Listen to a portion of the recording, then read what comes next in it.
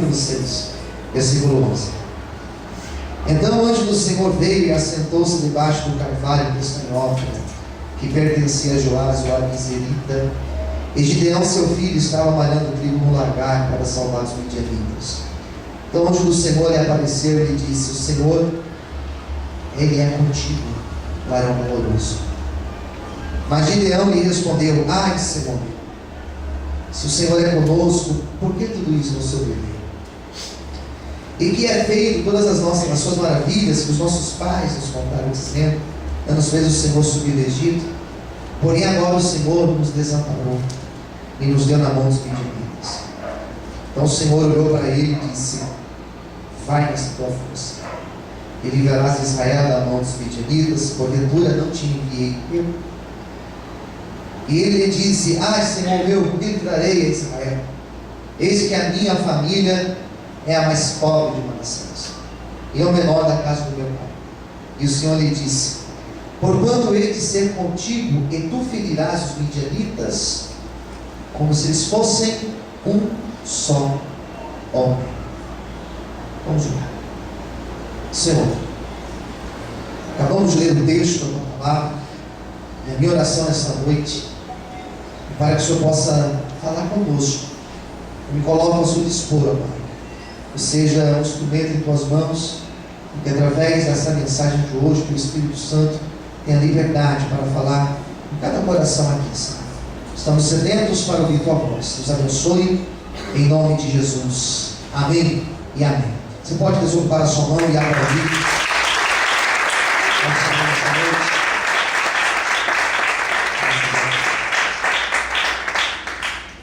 Eu estava meditando nessa palavra essa semana. Não me recordo se foi na quinta ou na quarta. Se não me engano, foi na quarta-feira. Eu meditava nesse texto e Deus falava comigo de uma forma muito especial acerca da história de Gideão. Esse texto que nós acabamos de ler, ele está dentro de uma época, só para você entender um pouquinho da história, não vou ser cansativo, mas só para você entender. A história que está narrada no livro de Juízes, esses juízes que Deus foi levantando, essa história, ela tem a duração, ela tem um período de 300 anos. E foram 300 anos que Israel sofreu demais. Eles saíram de um regime onde eles viviam de forma tribal, de uma forma primitiva. Eles eram agrupados em tribos. E eles saem desse período. A Bíblia vai falar que com a morte de Josué, com a morte de Caleb, que eram os seus principais líderes, eles começam a viver organizados nessas tribos. E o período de Juízes é um período que vem depois da morte de Josué. Se você ler o capítulo 1 deste livro, vai falar que foi uma época que o povo se afastou de Deus. Foi uma época que eles não tinham um referencial. Eles não tinham alguém como líder, alguém para chegar e falar assim: gente, o caminho é por aí. O ser humano, ele precisa de ter esse mentor, esse alguém para orientá-lo, para ajudar a direcionar.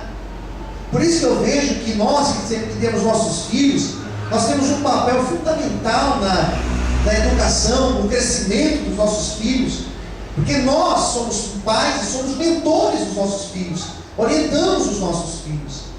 Até hoje eu vou tomar algumas decisões, eu compartilho com a minha esposa, mas eu vou lá, falo com os meus pais, peço opinião. Por quê?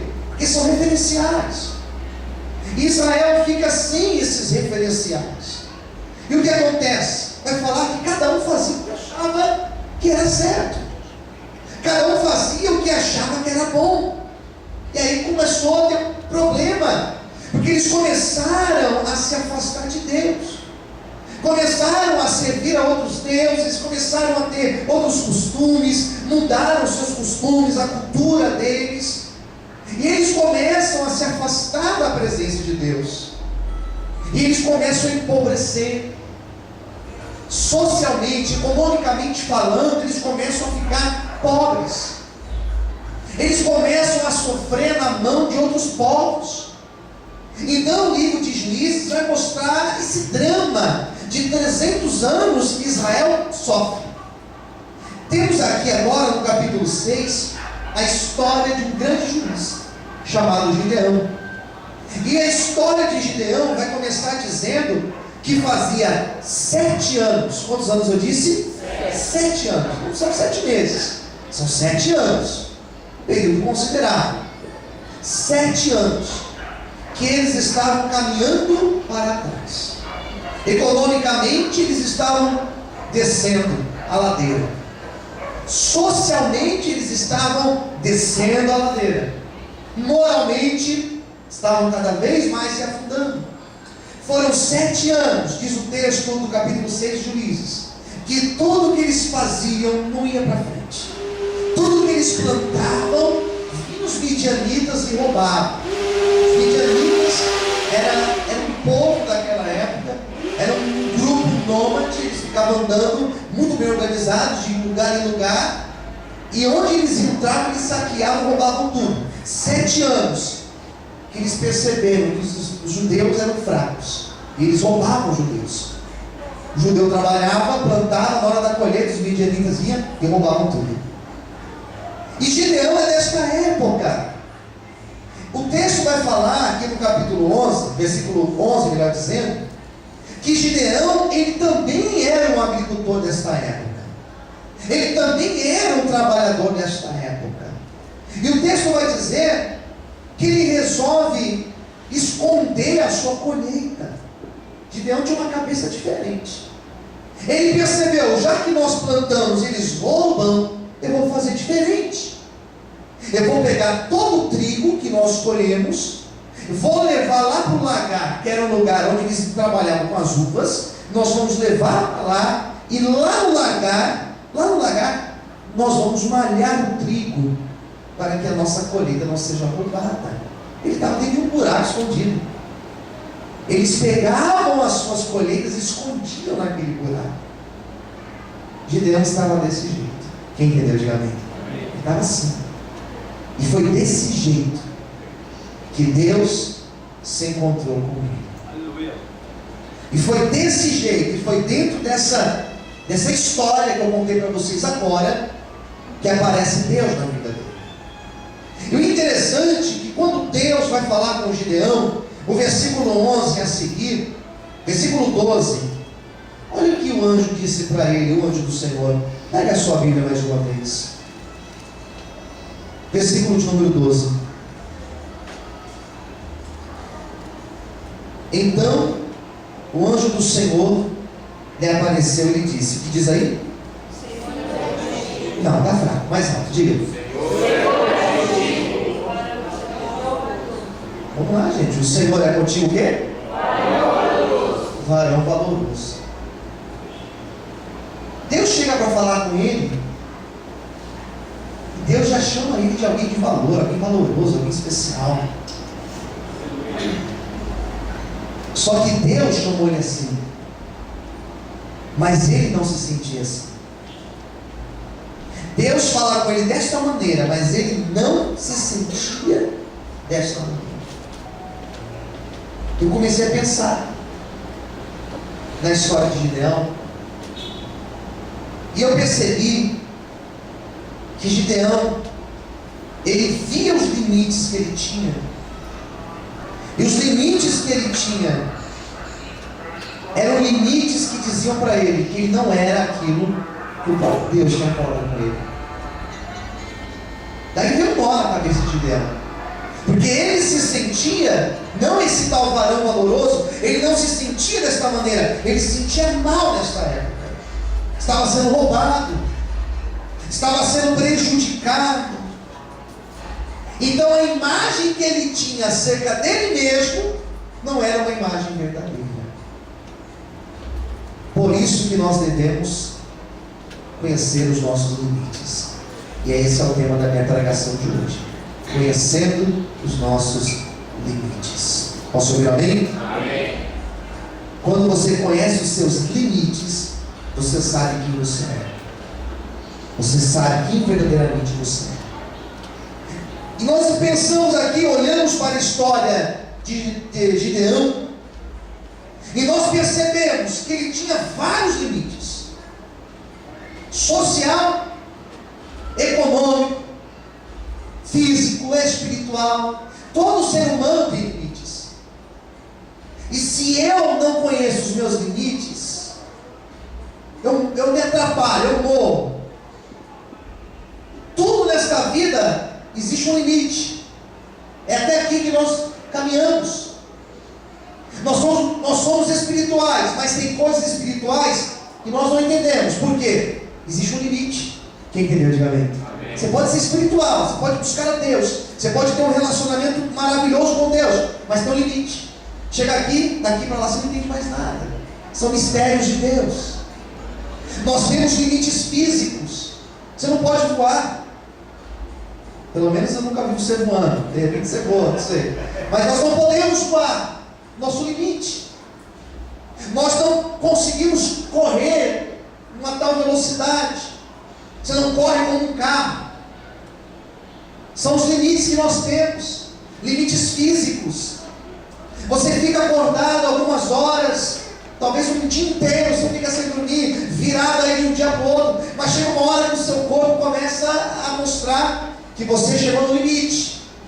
E o que acontece quando nós não respeitamos o limite do nosso corpo? Nós desmaiamos, nós caímos. Existe uma chavinha dentro de mim, de você, queridos. Eu sei muito bem o que é isso. Que quando você chega no limite, essa chave vai fazer assim, ó, você cai, você desmaia. Acabou você. É o nosso limite. Nós temos um limite financeiro. E quando eu não me dou conta desse meu limite financeiro, eu faço compras além do que eu ganho. E eu me enrolo. Ninguém entendeu? Diga amém. Estoura o cartão. Porque você passou do limite financeiro. Limites, você percebeu? Nós temos limites sociais. Eu sou livre, sim, você é livre. Mas você é livre até aqui, ó. Até aqui.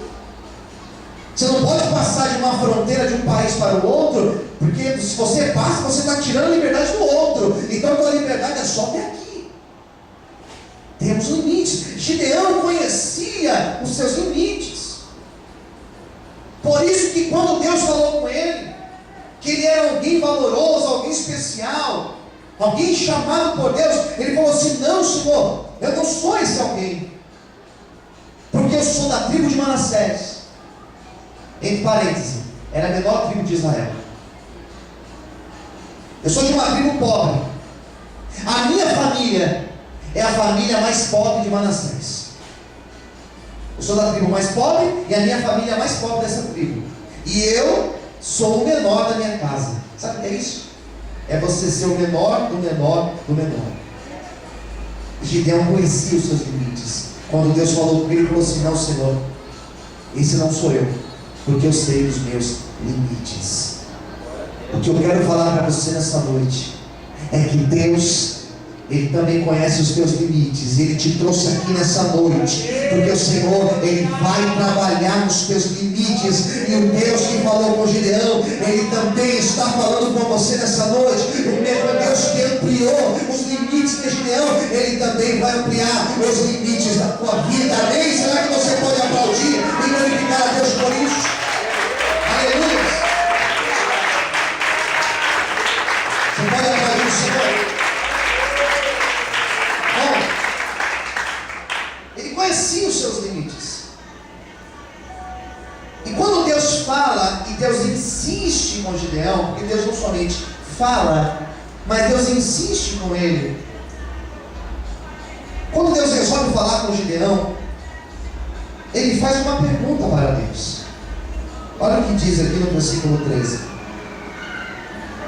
Gideão lhe respondeu: ai, Senhor meu, se o Senhor é conosco, olha a pergunta que ele faz: por que tudo isso nos sobreveio? E que é feito de todas as suas maravilhas que os nossos pais nos contaram, dizendo: não nos fez o Senhor subir do Egito? Porém agora o Senhor nos, que diz aí? Desamparou e nos deu na mão dos midianitas. A questão que Gideão fala é: Senhor, se o Senhor está conosco, por que nós estamos sofrendo tanto, Senhor? A pergunta de Gideão faz até sentido. A pergunta dele faz até sentido, porque, peraí, se Deus está comigo, nós também fazemos essa pergunta. Nós também nos questionamos: peraí, eu estou buscando a Deus, por que tanta luta? Eu falava sobre isso essa semana, no Salmo 34, versículo 19, eu preguei aqui na quinta-feira este Salmo, quando diz: muitas são as aflições do justo, mas o Senhor os livra de todas. Às vezes nós estamos como esse justo no Salmo 34, Senhor, eu tenho feito a tua vontade, e por que essas aflições na minha vida? Foi esse questionamento que Gideão levantou. Todo o livro de Juízes vai explicar que o que estava acontecendo com este povo era resultado do afastamento de Deus. A pior coisa que pode acontecer para uma pessoa é ela se afastar de Deus. A pior insanidade, a pior loucura que uma pessoa pode fazer é ela um dia experimentar de Deus e ela rejeitar esse algo que ela recebeu de Deus e ela se afastar do Senhor. Foi por conta desse afastamento, foi por conta desse afastar de Deus que vieram tantos problemas sobre o povo de Israel.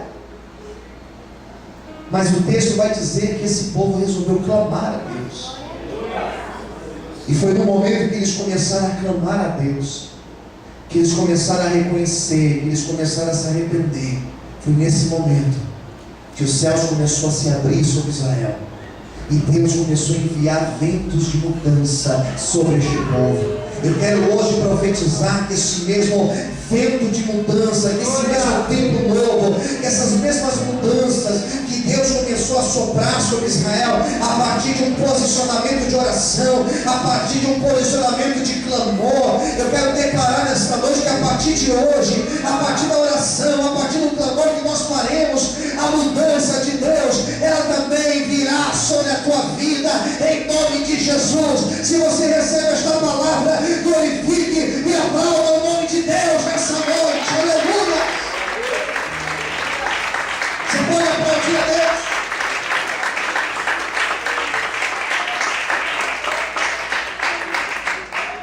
Onde existe um clamor sincero, ocorre mudança de Deus.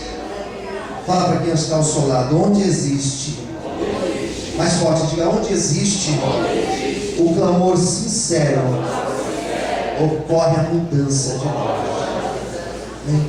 Irmãos, não tem situação que Deus não possa mudar.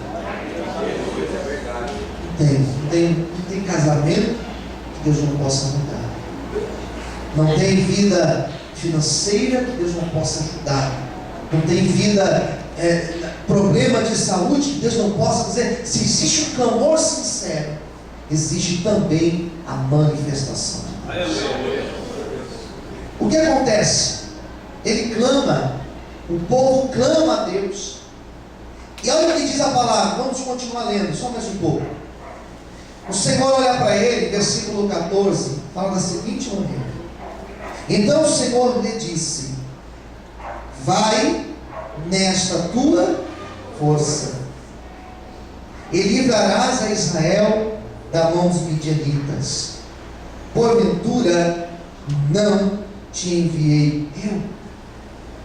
O que eu acho interessante nesse texto é que mesmo Gideão falando quem ele era, mesmo ele apresentando para Deus os seus limites, Gideão ele se autoconhecia, né? É importante você se autoconhecer. Mesmo ele falando para Deus dos seus limites, Deus olha para ele e fala: você vai nessa tua força. Que força é essa? Se ele mesmo tinha dito para Deus que ele era o menor, se ele mesmo tinha reconhecido para Deus que que a sua casa era a casa mais pobre, que ele era o menor da casa dele, que a tribo dele era menor. Que força é essa? Como que Deus olha para ele e fala assim: não, mas é justamente nessa força que você está, que você vai lá e você vai vencer, que você vai conseguir superar os seus limites. E aqui entrou uma revelação de Deus que Ele ministrou no meu coração. No momento que nós chegamos no nosso limite, no momento que nós chegamos aqui, nós falamos assim: ó, daqui para lá não tem o que fazer. É nesse momento que Deus começa a ampliar, que Deus começa a manifestar a glória dele, que Deus começa a agir, que Deus começa a fazer uma grande obra, que Deus começa a restaurar, que Deus começa a operar maravilhas, que Deus começa a abrir os céus e manifestar a glória dele. Teve um homem na Bíblia chamado Abraão, que quando Deus chamou Abraão, não pense você que quando Deus chamou Abraão, Abraão era quem ele era. Não, Abraão não era ninguém, ele era só mais um, querido. E quando Deus chamou Abraão, Deus também colocou na vida dele uma unção diferente. Quando Deus chamou Moisés falou assim: não, Senhor, eu já passei do tempo, eu já tenho muitos anos, eu já estou de idade avançada, eu já não sei nem falar direito, como o Senhor vai me usar? E Deus falou: é você que eu vou usar, porque você está no teu limite. E quando nós chegamos no limite, é a hora que Deus começa a operar. No Novo Testamento, o apóstolo Paulo teve uma revelação, e o apóstolo Paulo disse: olha, quando vocês estiverem se sentindo fracos, quando vocês se sentirem limitados, saiba que é nesse momento de fraqueza que o poder de Deus se aperfeiçoa, que Deus manifesta a glória dele. Eu quero hoje profetizar que é no seu limite, que é na sua fraqueza, que é no momento que você já não tem mais o que fazer. É nesta hora que o poder de Deus ele será derramado sobre a tua vida e uma grande obra vai acontecer. Diz o Senhor para você nessa noite, que recebe esta palavra no YouTube e aplauda ao nome de Deus. Aleluia! As forças palmas, aleluia! Você pode aplaudir o Senhor?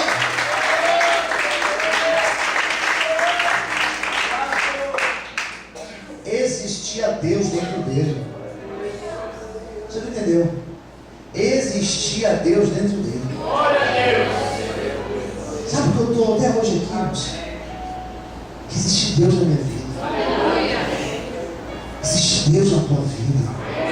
Você não está nem percebendo, você não está nem ligado no movimento, mas existe Deus na tua vida. E é esse Deus que está te impulsionando, é esse Deus que faz você levantar todos os dias e continuar. É esse Deus que não deixa você desistir da tua casa. É esse Deus que não deixa você desistir do projeto. É esse Deus que não deixa você desistir da obra dele. Quando você pensa em parar, vem Deus e te enche da presença dele, e você não para, você continua, porque a presença do Senhor, Ele está contigo. Quando pode glorificar a Deus e exaltar o Senhor por isso. Aleluia! Você pode aplaudir? Aleluia!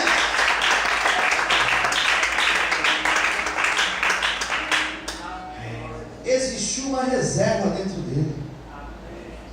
Fala assim para o teu irmão do lado: existe uma reserva dentro de você.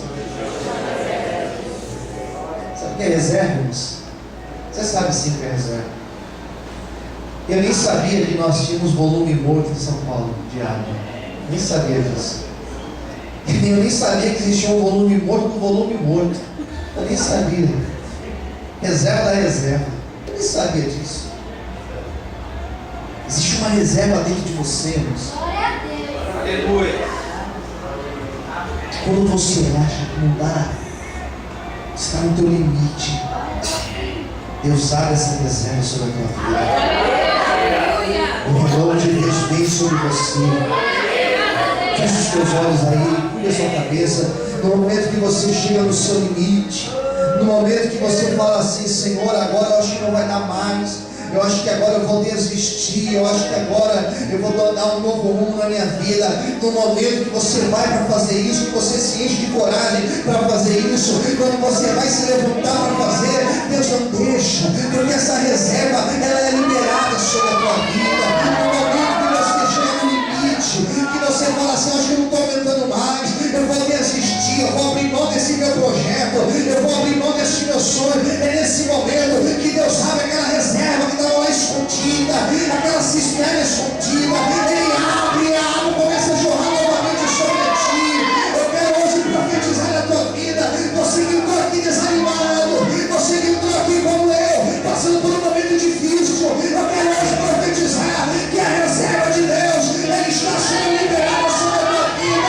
Hoje você é Gideão de Deus, hoje você é Gideão de Deus. Ele vai parar, mas você vai continuar, porque Deus está contigo e Ele garante a tua vitória. Levanta a mão para o céu, adore a Ele, exalte ao Senhor nessa hora. E você sabe, mas dentro de você habita o maior dos Espíritos, dentro de você habita o Espírito Santo. Aplaude o Senhor, é uma fonte inesgotável, é uma fonte inesgotável. Aplaude Ele, aplaude o Senhor. Se você soubesse quem está em você, se você soubesse, irmão, quem habita dentro de você, se você soubesse. Aleluias. A tal ponto que Deus falou assim para ele: você vai e você vai ferir os midianitas. Versículo 16: eu serei contigo e tu ferirás os midianitas como se eles fossem um só homem.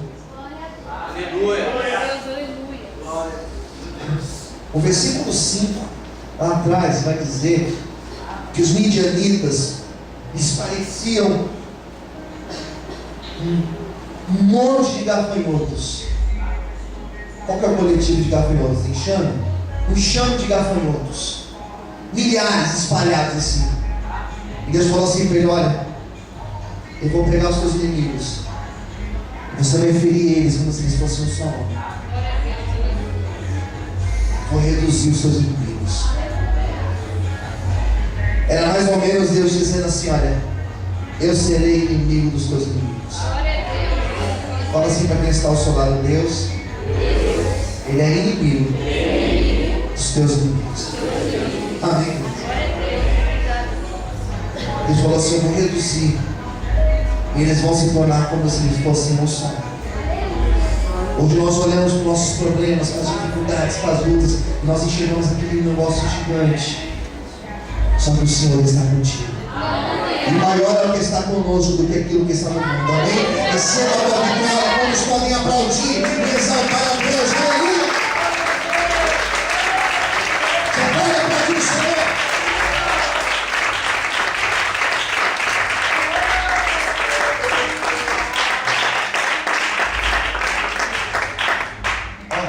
Versículo 17, que eu vou ensinar a pregação.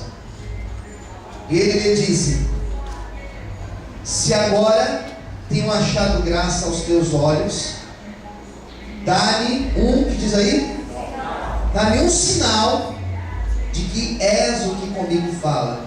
Ele olha para Deus e fala assim: Senhor, se é realmente o Senhor que está comigo, me dá um sinal que o Senhor está comigo. 18: rogo-te que daqui não te apartes, até que eu venha a ti e traga o meu presente ou a minha oferta, e ponha perante ti. Olha o que o anjo falou para ele: eu esperarei até que voltes. Então entrou Gideão e preparou um cabrito, bolos asmos de uma erva de farinha, a carne pôs num açafate, e o caldo pôs numa panela, trouxe-o até debaixo do carvalho, e lhe apresentou aquela oferta. Porém o anjo de Deus lhe disse: toma a carne, os bolos asmos, e põe sobre esta penha, e verte o caldo. E assim o fez. E o anjo do Senhor estendeu a ponta do cajado que estava na sua mão, tocou na carne, os bolos asmos. Então subiu fogo da penha, consumiu a carne e os bolos asmos, e o anjo do Senhor desapareceu dos seus olhos. Agora encerra o 22. Então viu Gideão que era o anjo do Senhor, e disse Gideão: ah, Senhor Jeová, que eu vi o anjo do Senhor face a face. Porém o Senhor lhe disse: paz seja contigo, não temas, não morrerás.